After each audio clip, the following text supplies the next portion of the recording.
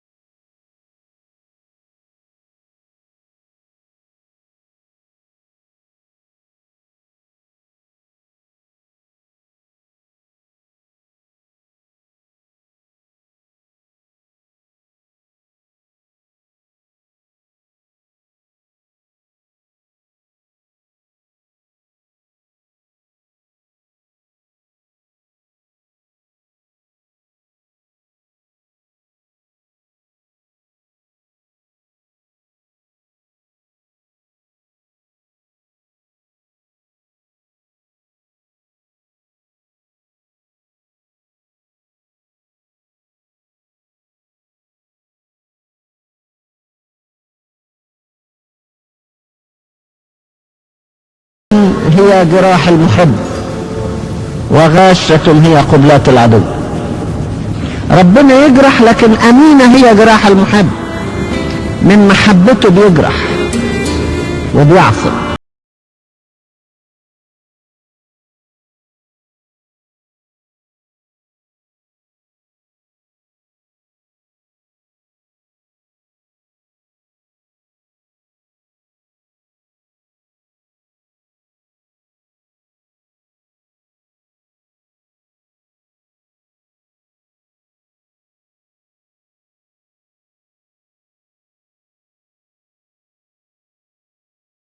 في أولاده، في صحته، في كل حاجة، ويداه تشفيان،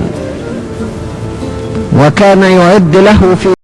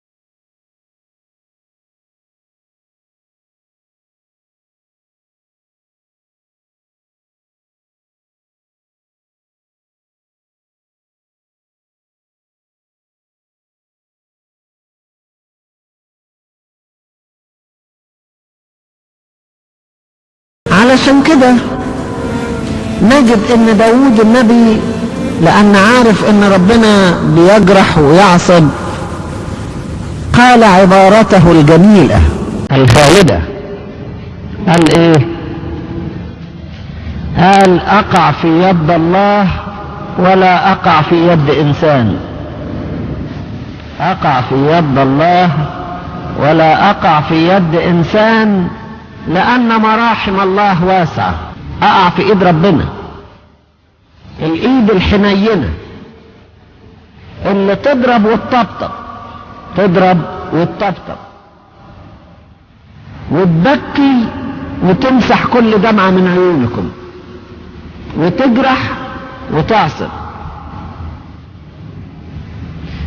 زي الام اللي تمشي الواد علشان رجليه تتمرن والطريقة دي تخليه يقع على الارض وتقول له اسم الله عليك يا ابني. نفس الوضع، الحب الموجود، دي طريقة ربنا باستمرار اللي عاش فيها في محبة، ليس فقط فيما يعطي انما ايضا فيما يجرح. يا قويا ممسكا بالصوت في كفه والحب يدني مدمعك. ماسك الصوت والحب مش محتمل، دي طريقة ربنا. عشان كده الواحد يمشي مع ربنا وهو مستريح خالص خالص خالص خالص.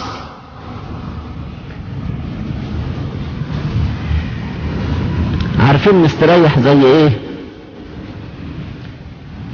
زي اسحاق لما شاف ابوه ماسك السكين نام على حطب المحرقة ولا تعب ولا حاجة. السكين في يد ابي مش هتعمل لي حاجة. ده الجمال بتاع ربنا. طب امسك يا رب سكين زي ما انت عايز، وامسك صوت زي ما انت عايز، وامسك تجارب زي ما انت عايز. اوعى تفتكر هشك في محبتك، مستحيل مستحيل.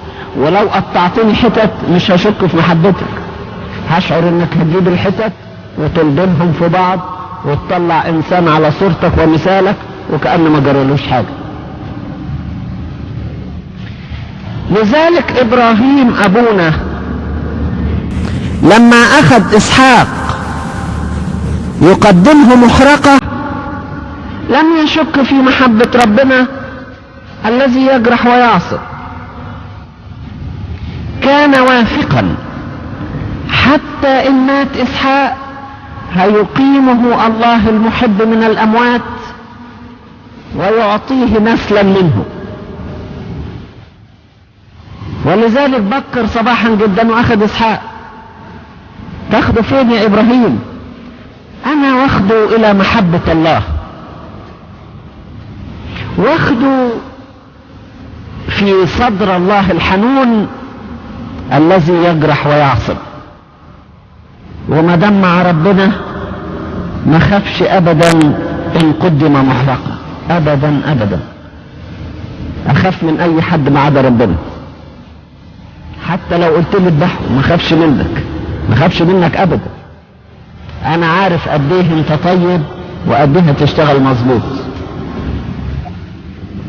ربنا الحنين الطيب فيما يعطي حنين، فيما يمنع حنين، فيما يجرح حنين، فيما يعصب حنين. طريقته كده. تقول لي يا رب ازاي تجرح يوسف الصديق؟ ازاي تسمح لبهدلته البهدلة دي؟ ازاي يرموه في البير؟ ازاي يبيعوه كعبد؟ ازاي يتهموه تهم بطالة؟ ازاي يترمي في السجن؟ ازاي يحصل له كل ده وانت يا رب فين؟ يقول لك ما تخافش يا حبيبي، يجرح ويعصب. طب اتفرج على يوسف الصديق ده بعد شوية وشوف يجرى له ايه. ما تخافش. وانا بسمح بالجرح ده بهيئ مستقبلا معينا أنت لا تراه الآن ولكنك تراه بالإيمان، الإيمان الذي يرى ما لا يرى. ربنا بيجرح وبيعصب، بيسحق ويداه تشفيان. ده ما دام كده يا رب انا اخش في عمق النار ما دام انا معاك، هي دي حكايه تعمل ايه؟ عمق النار اروح داخل فيه ليه؟ لانك انت جوه معانا. الناس بيبصوا لنص الحقيقه ويسيبوا النص الثاني. الكلام ما ينفعش مع ربنا، ما ينفعش مع ربنا. ما تاخدش كلمه يجرح وتقف عندها وتقول له الجرح بينزي يا رب بينزي. لا يا حبيبي ما تخافش، في ايد بتعصب، في هناك يدان تشفيان، ولا الجرح ده يأثر فيك ابدا. اللي عايز يفهم ربنا يفهم ربنا بكل ما يحيط به. ياخد في العالم يكون لكم ضيق وجنبيها ثقوا انا قد غلبت العالم. ياخد تقدمون لأولاه حكام وجنبها لستم انتم المتكلمين لكن روح ابيكم. ياخد عجيبة هي اهوال البحر وجنبيها الساكن في الاعالي هو اقدر. ربنا ما تمشيش معاه بطريقة النص ما تنفعش. النص دي ايه؟ ما تنفعش ابدا. ربنا يجرح ويعصب، يجرح ويعصب، وفي كل جرح فائدة، وفي كل تعب راحة. تشوفوا داود بيقول إلى متى يا رب تنساني إلى الانقضاء؟ تشوفوا بيقول يا رب لماذا كثر الذين يحزنونني؟ تقول بيجرح؟ لا لا لا لا، كمل وتشوف ابعدوا عني يا جميع فاعل الاسم فإن الرب قد سمع صوت صلاتي، الرب سمع صوت بكائي، الرب لصلاتي قبل. اهو كده يجرح ويعصب. المزمور نصه تعب ونصه بركة، نصه بيجرح ونصه بيعصب. هكذا أيضا الذي ينظر إلى الصليب ياخد تعب الصليب وينسى بركات الصليب؟ لا أبدا، حط الاثنين مع بعض. تعب الصليب جنبه بركات الصليب، وتعب الخدمة جنبها كل واحد يأخذ أجرته بحسب تعبه.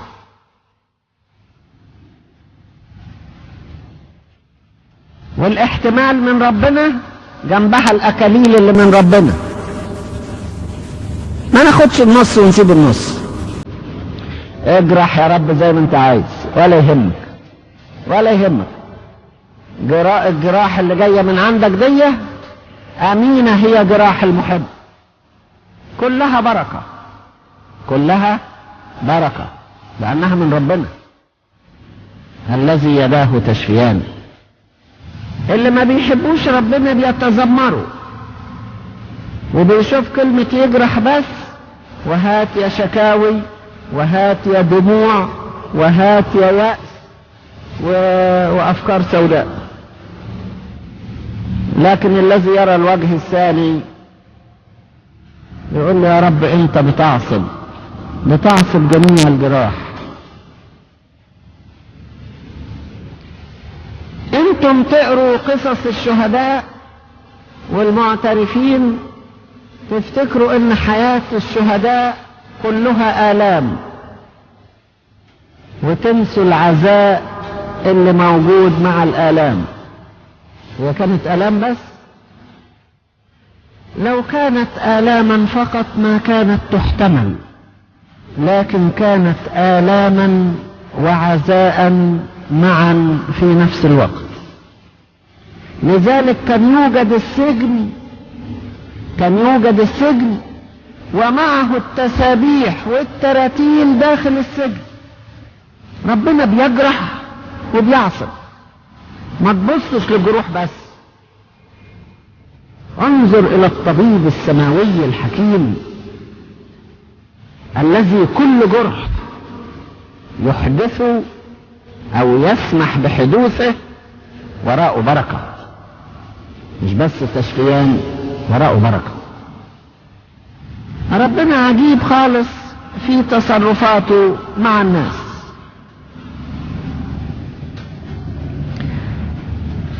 ربنا يسمح ان الانسان ممكن ان يخطئ، ولكن يعطيه مع الخطيئة توبة، ويعطيه وسائط نعمة، ويعطيه عمل الروح القدس فيه، ويعطيه صلوات الملائكة والقديسين. يجرح ويعصب، ما يسيبش واحد بالشكل ده ابدا. كل امور ربنا ماشية للخير في كل تصرفاته مع البشر. طريقة ربنا بالشكل ده